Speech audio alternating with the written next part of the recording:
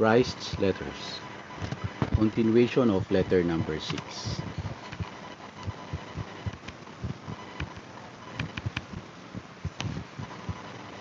For this reason, it is an absolute necessity to first analyze your present beliefs and the origins of church doctrines before continuing to teach you the deeper truth about the nature of the universal and the nature of man himself. To fully understand the origins of Christian doctrine, you must travel back in time to the beginnings of Judaism and there find the rationalizations of the human mind which struggled to define in words what was felt intuitively to be a probable source of being. Those of you who are struggling to free yourselves of past myths and erroneous beliefs must now come to clearly perceive for yourselves and understand the fundamental difference between church belief and the truth of existence I am presently attempting to explain to you. Until you can clearly discern the origin and form of your present beliefs, you will not be able to shake yourselves completely free of the illusions of your past conditioning within the church. You will have a foot in both camps, a dangerous position to be in.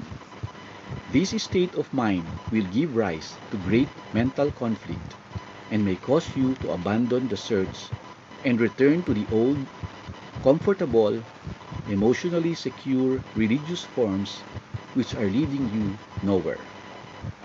So, beware and do not allow yourselves to be intimidated by threats of displeasing God and likely damnation. Number 7. The origins of a belief in a super-individual Godhead.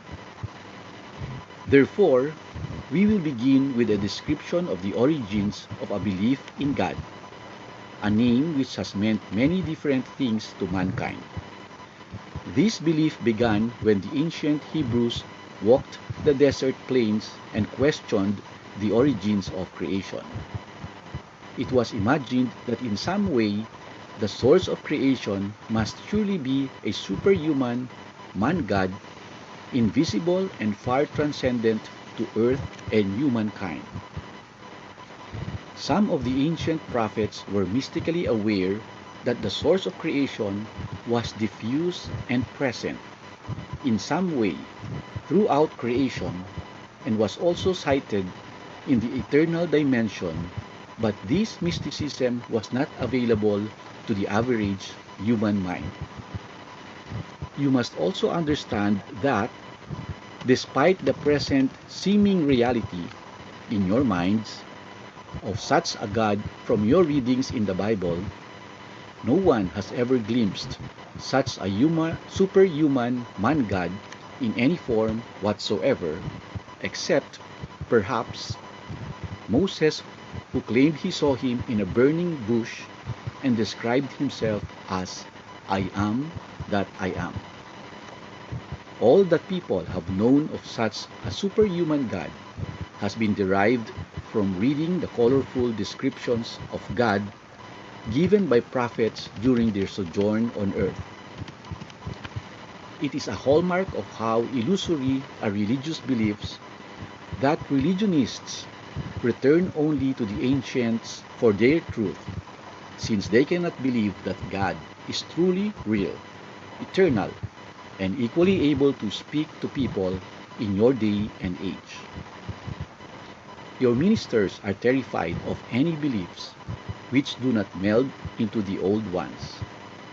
They never consider, or are afraid to consider, that perhaps spiritual knowledge within the earthly dimension is evolutionary.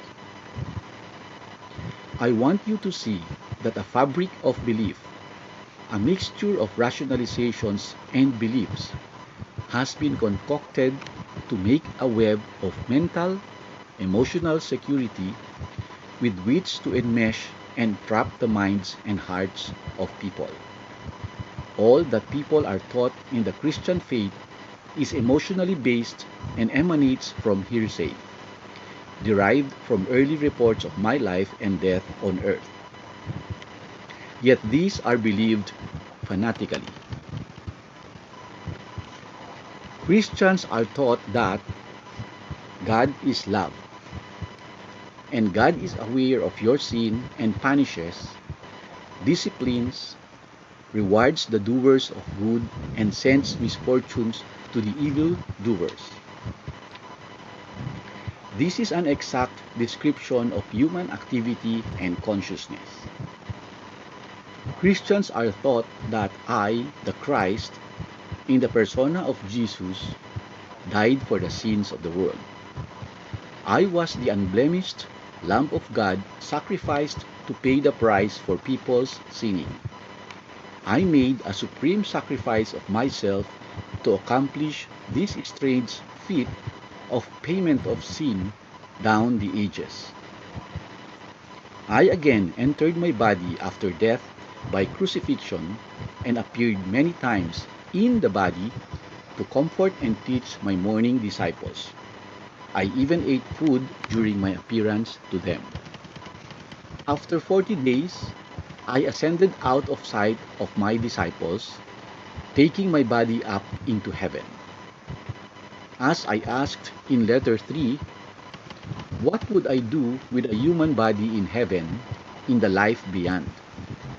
Because I said at my last supper with my disciples that they should remember my last meal with them by breaking bread and passing it to each other, and should each drink from the same cup of wine, and remember that my body was crucified and my blood spilt to bring them truth of being.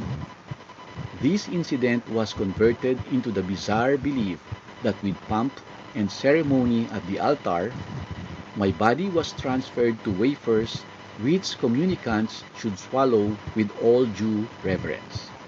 My body. What would what good would my body, spiritualized or not, do for the communicant? Can you see how the mind can be conditioned into accepting illogical nonsense which can endure almost 2,000 years because it was backed by a great hierarchy of popes, cardinals, living in palaces, immense wealth, and upheld in earthly pomp and ceremonious, prestigious circumstances? I want you to know the truth about that fateful night, what you call my Last Supper. Though painful to do so, for the sake of greater clarity, I have brought myself down in consciousness frequencies of vibration right into the conscious recollection of my thoughts and feelings during my last meal with my disciples. Although a strong man, enlightened, and certain that I had a destiny to fulfill which I could not avoid, did not want to avoid, I was also deeply sorrowful as we commenced our meal, the eating of the Passover. My disciples had been my friends and had stood by me during some difficult circumstances. I was sad to be leaving them and fearful for their well-being. What would happen to them when they found themselves alone without my guidance and protection? They had depended on me more than they knew. I recalled my years teaching the people. I felt a deep sense of irony as I remembered my return from the desert, dirty and unkempt, but literally possessed by my joyous concern for my fellow men, and intensely excited that I could now put their feet to the right path, implant in their minds the truth concerning existence, show them how to overcome their fears, their sickness, poverty, misery. I was going to conquer the world, but how differently it had all turned out. Tomorrow I would hang on a cross. It was true, however, I had achieved much success. I mused over the instances of healing and the people's joyful acceptance of the loving Father. I could understand why the high priest and the council hated me. Instead of fear, punishment, and animal sacrifices, I had brought the people the reality of the Father love, proving it by healing terminal cases. I brought my attention back to my disciples who were talking to each other whilst eating. They were still unaware of the challenge that lay ahead of me, my crucifixion. Although I had repeatedly warned them, they refused to accept my words as truth. They thought I had become frightened of the chief priest and wondered why. I had extricated myself from threatening situations before. As was customary at the Passover, they were speaking about the circumstances surrounding the escape of the Israelites from Egypt.